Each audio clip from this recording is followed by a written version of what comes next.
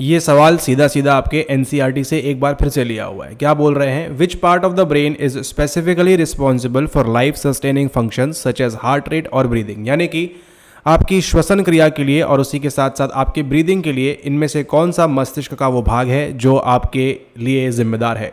मस्तिष्क का कौन सा भाग हृदय गति, श्वास जैसे जीवन निर्वाह कार्यों के लिए विशेष रूप से जिम्मेदार होता है? ऑप्शन क्या क्या है आपके सामने? सेरेब्रम है, स्पाइनल कॉर्ड है, सेरेबेलम है और मेडुला है। ठीक है, देखिए सेरेबेलम यहाँ पर होगा नहीं, प्रमस्तिष्क की बात नहीं होगी। स्पाइनल कॉर्ड आप जानते हैं आपके नर्वस सिस्टम का एक पार्ट है, उसका एक अलग कंपोनेंट है स्पाइनल कॉर्ड, और उसी के साथ साथ ब्रेन जो है आपका वो अलग कंपोनेंट है।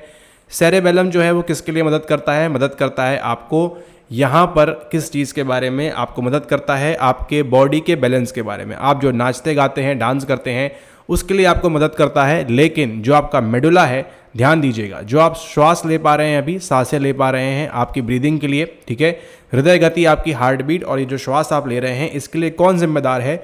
आपके पश्चिम मस्तिष्क में, आपके हिंड ब्रेन के अंदर एक चीज़ मौजूद है जिसका नाम क्या है? जिसका नाम है मेडुला। ठीक है, तो ये मेडुला जो है आपका देखा है, ये सेरेबेलम के ठीक पीछे पास में होता है। मेडुला किसका पार्ट है? आपके हिंड ब्रेन का पार्ट होता है। ठीक है, हिंड ब्रेन का पार्ट होता है, इसको आप ध्यान रखेंगे। सही आंसर क्या है यहाँ पर? ऑप्शन नंबर 4 मेडुला यहाँ पर। आई होप आपने सही इसको मार्क किया होगा। ठीक है, अगला सवाल देखते हैं 652 नंबर का। देखिए क्या बोल रहा है, the limbic system does not include which of the following. ठीक है, यानी कि इनमें से लिम्बिक सिस्टम का भाग कौन सा नहीं है। ठीक है, क्या क्या दिया है ऑप्शंस में? देखिए ऑप्शंस में दिया है हाइपोथैलेमस, स्पाइनल कॉर्ड, एमिगडाला या फिर हिपोकैम्पस। ठीक है, तो इनमें से कौन सा भाग नहीं होगा आपका? आपका जो स्पाइनल कॉर्ड, देखिए अभी आपको बताया ऊपर, ठीक है, ऊपर क्या बताया कि कहानी कहाँ से स्टार्ट होती है? कहानी स्टार्ट होती है आपके नर्वस सिस्टम से। नर्वस सिस्टम के दो भाग बनते हैं, एक बनता है सीएनएस, सेंट्रल नर्वस सिस्टम, केंद्रीय तंत्रिका तंत्र, दूसरा बनता है पीएनएस, पेरिफेरल नर्वस सिस्टम, यानी कि परिधीय तंत्रिका तंत्र। इसके अंदर आगे जाके डाइवर्सिफिकेशन होता है और बनता है ब्रेन, और यहाँ बनता है स्पाइनल कॉर्ड, और यहाँ पे जाके बनता है ऑटोनॉमिक नर्वस सिस्टम, और फिर बनता है सोमैटिक नर्वस सिस्टम, फिर आगे जाके बनता है सीएनएस सिंपैथेटिक डिवीजन और पैरासिम्पैथेटिक, अनुकंपी, परानुकंपी। तो यहाँ आप देख रहे हैं आप स्पाइनल कॉर्ड किसका भाग है? आपके सीएनएस का भाग है। यहाँ क्या पूछ रहे हैं? The limbic system. तो अगली बार के लिए आपको ये इंपॉर्टेंट है। ठीक है, हाई लेवल का नॉलेज यहाँ पूछा हुआ है, इंपॉर्टेंट है, लेकिन हाई लेवल की जरूरत नहीं है बाबू, समझिएगा इसको करने के लिए हाई लेवल की नॉलेज की आवश्यकता नहीं है। केवल अगर आपने एनसीईआरटी पढ़ी है, बोलो हाँ, 11वीं क्लास की पढ़ी है, तीसरा चैप्टर, वहाँ पे स्पाइनल कॉर्ड किसके अंदर आता है? आपके सीएनएस के अंदर आता है। इसको मार्क करोगे, आपका आंसर सही मिल गया, काम खत्म। लेकिन अगली बार के लिए क्या नोट करना है? हाइपोथैलेमस, एमिगडाला, हिपोकैम्पस, ये सब किसके अंदर आते हैं आपके लिम्बिक सिस्टम के अंदर। ठीक है, इसको बोलते हैं लिम्बिक प्रणाली, इसको आपने ध्यान रखना है। ठीक है, ओके, नेक्स्ट हम मूव करते हैं अगले सवाल की ओर। अगला सवाल है, if a person is unable to get words out in a smooth connected fashion, there is a problem in production of words, that is what is this known as. ठीक है, ओके, अभी आपको एक निमोनिक देंगे। Mnemonic क्या है? आप Facebook चलाते हैं, फेसबुक पे हमको फॉलो करना ना भूलें, आपको देख लीजिएगा, सर्च कर लीजिएगा, और व्हाट्सएप पे आप लोग काफ़ी लोग मैसेज वगैरह करते हैं टीम को। ठीक है, तो जो व्हाट्सएप है और फेसबुक है, किस प्रकार से आपको देखिए मदद करेगा आने वाले एग्जाम के अंदर। फिलहाल यहाँ देखिए सवाल क्या बोल रहा है। सवाल बोल रहा है कि if a person is unable to get words out in a smooth, यानी कि अगर हम बोल पा रहे हैं अभी, ठीक है, तो कैसे बोल रहे हैं? स्मूथली बोल रहे हैं, आराम से, कनेक्टेड फैशन में बोल रहे हैं, कोई दिक्कत नहीं है। लेकिन अगर कोई ऐसा व्यक्ति है जो ये प्रॉपरली नहीं कर पा रहा है, तो वहाँ पे there is problem in production of words, यानी कि मुख से वो बोल नहीं पा रहा प्रॉपरली, तो वहाँ पर क्या होगा? ऐसा आपसे पूछ रहे हैं। ठीक है, क्या होगा वहाँ पर? ऑप्शन आपके सामने है, क्या क्या है ऑप्शन? ब्रोकाज अफेजिया, वेर्निकीज अफेजिया, और क्या दिया है? स्पाटियल या स्पेशियल नेग्लेक्ट दिया हुआ है, स्थानिक उपेक्षा, या फिर एग्नोसिया यहाँ पर दिया हुआ है। ठीक है, तो क्या ध्यान रखना है आपको? जब भी आप बोल नहीं पाएंगे, ठीक है, जब भी आप बोल नहीं पाएंगे, बोलने से क्या एसोसिएट करना है? ब्रोका। ठीक है, यहाँ पे सही आंसर क्या होगा? ब्रोका का वाचाघात, ये बिल्कुल सही आंसर है। क्यों? बोलना और ब्रोका, ब्रोका से याद करिए, ब्रोका से क्या है? इसको हिंदी में एक वर्ड होता है भौंकना। ठीक है, जो श्वान करते हैं भौंकना, तो भौंकना से ब्रोका, ब्रोका, ब्रोका, ऐसे आप इसको एसोसिएट कर सकते हैं, याद कर सकते हैं। ठीक है, और ब्रोका एरिया है, आपको बोलने में दिक्कत आएगी, बोल नहीं पाओगे, अब ऐसे जब होगा, ब्रोका एरिया वहाँ पर काम करता है। ठीक है, ब्रोकाज अफेजिया कहेंगे, ब्रोका का वाचाघात वहाँ पर रहेगा। लेकिन अगर जो हम आपको बोल रहे हैं इसको आप समझ नहीं पा रहे हैं, इसको आप बूझ नहीं पा रहे हैं कि भैया क्या बोल रहे हैं, यहाँ पे समझ नहीं आ रहा है, ठीक है, तो यहाँ पर किसकी भी दिक्कत है? दिक्कत होगी फिर आपके वेर्निकीज एरिया के अंदर। ठीक है, ये आपको ध्यान, जब आप क्या नहीं कर पाएंगे? कॉम्प्रिहेंड नहीं कर पाएंगे। ठीक है, कॉम्प्रहेंड नहीं कर पाएंगे। आपने वो वाली मूवी देखी होगी, वो वाली PHP फिर हेरा फेरी, उसमें क्या बोलता है वो तोतला तिवारी को, बोलता है कि ए त्या बोल रहा है तिलियल बोल तिलियल, ठीक है। तो जो तिलियल क्यों बोलने के लिए बोल रहा है, क्योंकि वहां पर उसको उसके वेर्निकीज एरिया में उसको समझ में नहीं आ रहा कि भैया सामने वाला क्या बोल रहा है, ठीक है। तो आप भी तिलियल बोलें और तिलियल तिलियल जो है अंडरस्टैंडिंग रखें, क्योंकि देखिए सही आंसर क्या है आपका यहाँ पर, आपका है ब्रोकास अफेजिया, ठीक है। आई होप आपको ये तिलियल हुआ होगा। स्टार्ट करते हैं अगला सवाल। अगला सवाल आपके सामने है, Solomon Asch experiment is associated with, ठीक है। सीधा सीधा आपके एनसीईआरटी से लिया हुआ है। सोलोमन एश का एक ही एक्सपेरिमेंट है और वो है आपके कन्फर्मिटी के ऊपर, ठीक है, कन्फर्मिटी के ऊपर। अभी यहाँ देखो 3 नाम लिखेंगे, इसको रट लो, याद कर लो। आपको पीजीटी लेवल पे जीवन में कभी भी आप जाओगे, इनका नाम आएगा तो आपको याद आ जाएगा। अब वो क्या चीजें हैं, कन्फर्मिटी में देखिए सोलोमन एश आएगा, ओबीडियंस में आज्ञा पालन में किसका नाम आएगा, आज्ञा पालन में नाम आएगा आपके मिलग्राम का, ठीक है, मिलग्राम ध्यान रखना है।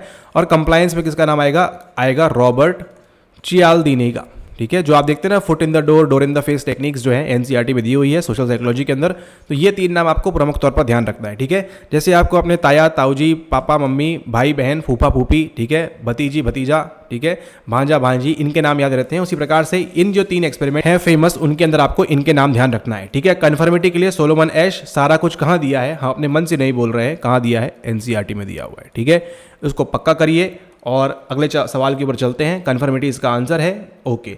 Who did the first experimental study on conformity, बहुत बढ़िया सवाल है यहाँ पर, ठीक है। अब आंसर आपको मालूम है ऑलरेडी, अभी आप लगा कर आए हैं इसका आंसर। जेजोंग, लुविन, एश और मिलग्राम दिया है। अभी देखो यहाँ पर कैसे आपको फायदा मिलता है। कन्फर्मिटी की बात हो रही है, पहला एक्सपेरिमेंटल स्टडी किसके द्वारा की गई थी, अनुरूपता पर सबसे पहले किसने प्रयोगात्मक अध्ययन किया था, एक्सपेरिमेंटल स्टडी किसके द्वारा की गई थी। इसका आंसर आपने ऊपर अभी मार्क किया है, उसका नाम क्या है, नाम है सोलोमन एश। देखिए किस प्रकार से 2 नंबर फ्री के हैं कि नहीं बताओ। अगर आपने एनसीईआरटी पढ़ी है, ऊपर वाला सवाल निकाल लोगे सोलोमन एश का नाम, और ये सवाल भी देखो वही बोल रहा है। यहाँ पर क्या दिया है, केवल एश दिया है। ऊपर वाला सवाल देखिए क्या दिया है, सोलोमन दिया था वहां पर, ठीक है। यहाँ पर देखो वो ये जांचना चाह रहे हैं कि देखो क्या है, एटलीस्ट वो बच्चे से इतना कॉमन सेंस तो चाहते हैं ना, 3 चीज़ें चाहते हैं वो, एनसीईआरटी, हमारी वीडियोस, पीपीवी और आपका कॉमन सेंस, ठीक है। अगर आपके पास ये तीनों है तो आपको कोई नहीं रोकेगा, इस दुनिया की कोई ताकत आपको पास कर होने से नहीं रोक सकती, ठीक है। आप चाह के भी गलत नहीं कर पाओगे अगर आप इन चीज़ों को फॉलो कर रहे हैं प्रॉपरली तो, ठीक है, ओके। अगला देखिए, अगला सवाल क्या है, who did the first experimental study on conformity. उनको ये मालूम है बच्चा इतना बुद्धि विवेक लगा लेगा, ऐश को मार्क करेगा, ये जो ऐश है और आपकी भी ऐश हो जाएगी, आप भी जो है एग्जाम पास कर लेंगे। जेजोंग का यहाँ मतलब नहीं है, जेजोंग ने क्या दिया है वहाँ पर आपको मेयर एक्सपोजर इफेक्ट दिया है, ठीक है, ये आपको नोट कर लेना है कॉपी में कहीं पर, ठीक है। ये किसने दिया है, जेजोंग ने दिया है। लुविन की अपनी अलग फील्ड थ्योरी वगैरह है, कर्ट लुविन का, ठीक है। अच्छा, कर्ट लुविन ने एक और काम किया है वहाँ पर, इनका नाम है कर्ट लुविन, अगर यहाँ पे वही लुविन है तो, ठीक है। एंड इन्होंने बताया है किसके बारे में, AR के बारे में। AR क्या है, ये आपकी एक्शन रिसर्च है, ठीक है। और मिलग्राम को आप ऑलरेडी जानते हैं, मिलग्राम का आपका आज्ञा पालन का वो वाले चीज़ है, एक्सपेरिमेंट है, ठीक है, ओके। अगला देखिए, social perception includes, social perception के अंदर क्या क्या आएगा, सामाजिक प्रत्यक्षण में शामिल है, क्या क्या शामिल होगा, person perception, social cognition, perception, all of these. क्या लगता है आप बताइए, हम नहीं बोल रहे हैं, आप बताइए क्या होगा सोशल परसेप्शन के अंदर, क्या क्या आएगा आप बताइए।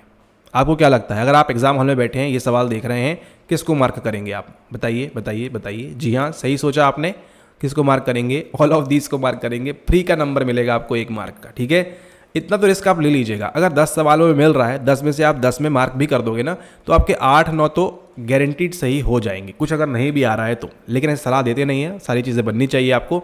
एक बार देख लीजिएगा, सवाल में कहीं ट्विस्ट कर सकता है आपको, ठीक है, क्योंकि इसी पेपर में 1-2 जगह कहीं तो भी है, जब लास्ट टाइम करा रहे थे, कि आपको कहीं ना कहीं थोड़ा सा आपको ध्यान देना होगा, ठीक है, ओके।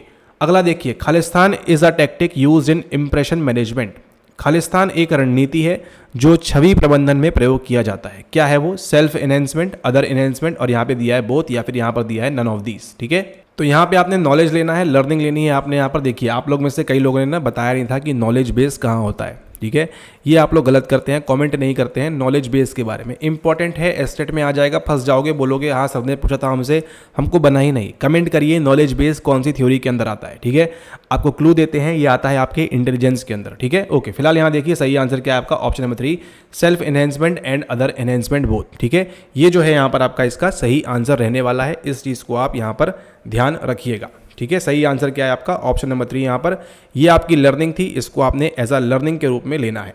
नेक्स्ट हम मूव करते हैं अगले सवाल की ओर। अगला सवाल जो आपके सामने है वो है आपका Khalistan. Expressive posture is a dash one in person perception, यानी कि अभिव्यक्तात्मक मुद्राएं व्यक्ति प्रत्यक्षण में एक खालिस्तान का संकेत है। किसका है? नॉन वर्बल, वर्बल, इवेल्युएटिव या फिर इंटरप्रिटेशन। तो देखिए यहाँ पर आपका ना कॉमन सेंस काम करेगा। किस प्रकार से काम करेगा कॉमन सेंस? क्योंकि देखिए क्या बोल रहा है वो ये बोल रहा है एक्सप्रेसिव पोस्चर, यानी कि किसी ने ऐसा पोस्चर बनाया हुआ जिसको देख के आपको समझ में आ रहा है कि सामने वाला व्यक्ति गुस्से में है, एंग्री है, खुश है, कैसा है, उदास है, ठीक है। तो वो किसके अंदर आएगा? वो आएगा आपके नॉन वर्बल के अंदर, अशाब्दिक के अंदर। क्योंकि देखिए वर्बल तो है नहीं, कुछ बोल तो रहा नहीं है वो, ना ही वहाँ पर इवेल्युएटिव है और ना ही वहाँ पर किसी प्रकार से आप इंटरप्रिटेशन कर रहे हैं, ठीक है। ऐसे सवाल रिपीट नहीं होंगे, लेकिन हाँ जो थ्योरीज वाले सवाल है वो आपके रिपीट होंगे। फर्स्ट इसका आंसर है, अगली बार के लिए इसको आप यहाँ पर ध्यान रखेंगे। नेक्स्ट मूव करते हैं अगले सवाल की ओर। Which of the following helps in reducing social tension? अच्छा, ज़रूरत भी नहीं आपको बताने की, आंसर आपको मालूम है। देखो अभी तक हमने यहाँ पर 60 सवाल सॉल्व कर दिए हैं। ये आप देख रहे हैं 5वें नंबर का part.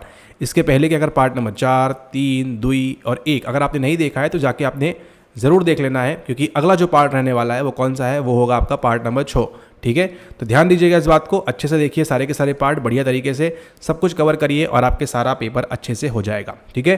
Which of the following helps in reducing social tension? कुछ सोचना भी नहीं है आपको, ऑल ऑफ दीज मार्क करिए, आगे बढ़िए। 1 नंबर फ्री का है, अरे काहे का नॉर्मलाइजेशन और काहे की टेंशन 75 के ऊपर आपका बड़े आराम से आएगा। बस आप प्रॉपर फॉलो करना है 3 चीज़ों को, एनसीईआरटी, पीपीवी और आपका सीएस, ठीक है। ओके, एजुकेशन भी चाहिए। देखिए रिड्यूसिंग सोशल टेंशन, सामाजिक तनाव को कम करने में सहायक क्या है? एजुकेशन। कॉमन, अच्छा यहाँ देखिए कॉमन गोल जो है ना, ये कहाँ से आ रहा है? ये आ रहा है आपके मुजफ्फर शरीफ के एक्सपेरिमेंट से, ठीक है। और हम मन से नहीं बोल रहे हैं, ये आपके एनसीईआरटी में लिखा हुआ है। बस हाँ ये बात है कि जो हम बोलते हैं थोड़ा सा वो हाई लेवल का हो जाता है, क्योंकि आप देख रहे हैं चैनल के ऊपर नेट वगैरह की प्रिपरेशन, पीएचडी वगैरह, गेट वगैरह वो सब भी होता है, ठीक है। तो काफ़ी सारी किताबें पढ़ने आती हैं बीच में, तो वो सब चीज़ें भी आपको यहाँ पर नॉलेज मिल जाता है आपको एक्स्ट्रा, ठीक है। लेकिन आपका बेसिक लेवल पर एनसीईआरटी में सभी की सभी चीज़ें यहाँ पर दी हुई हैं, ठीक है।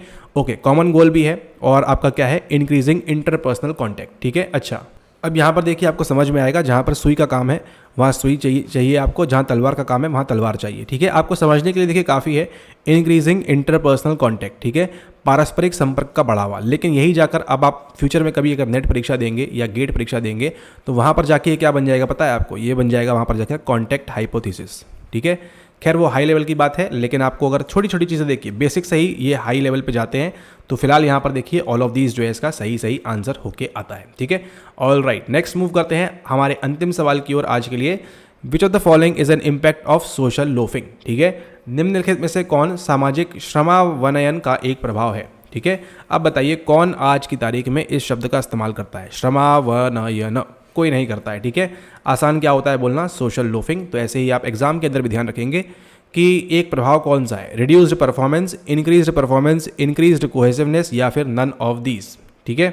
तो इसके अंदर क्या होता है, सोशल लोफिंग के अंदर क्या होता है, आपका परफॉर्मेंस जो है वो यहाँ पर रिड्यूस हो जाता है, ठीक है, निष्पादन में कमी हो जाती है। यहाँ पर भी रस्सी कश चल रहा है, यहाँ भी रस्सी कश चल रहा है, यहाँ पे भी 6 लोग हैं, यहाँ पे भी 6 लोग हैं। तो ये वाला व्यक्ति क्या सोचेगा, अरे बाकी के लोग खींच लेंगे, मैं क्या करूँगा, ठीक है। तो ये किसका उदाहरण है, आपके सोशल लोफिंग का। सोशल साइकोलॉजी के अंदर आपकी सोशल लोफिंग, बायस्टैंडर इफेक्ट, आपका डिफ्यूजन ऑफ रिस्पॉन्सिबिलिटी और आपकी 1-2 चीज़ें जो हैं एट्रीब्यूशन, फ्रिट्ज हाइडर वगैरह, ये सब आपका हमेशा इंपॉर्टेंट रहेगा, बिना इसके पेपर सेट होता ही नहीं है, ठीक है।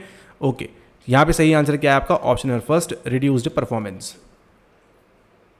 और देखिए हाँ दिया ही हुआ है, अभी आपको जो बताया वही, बायस्टैंडर इफेक्ट इज रिलेटेड टू, इसको हम करने वाले हैं कब? इसको हम करेंगे अगले पार्ट नंबर 6 के अंदर।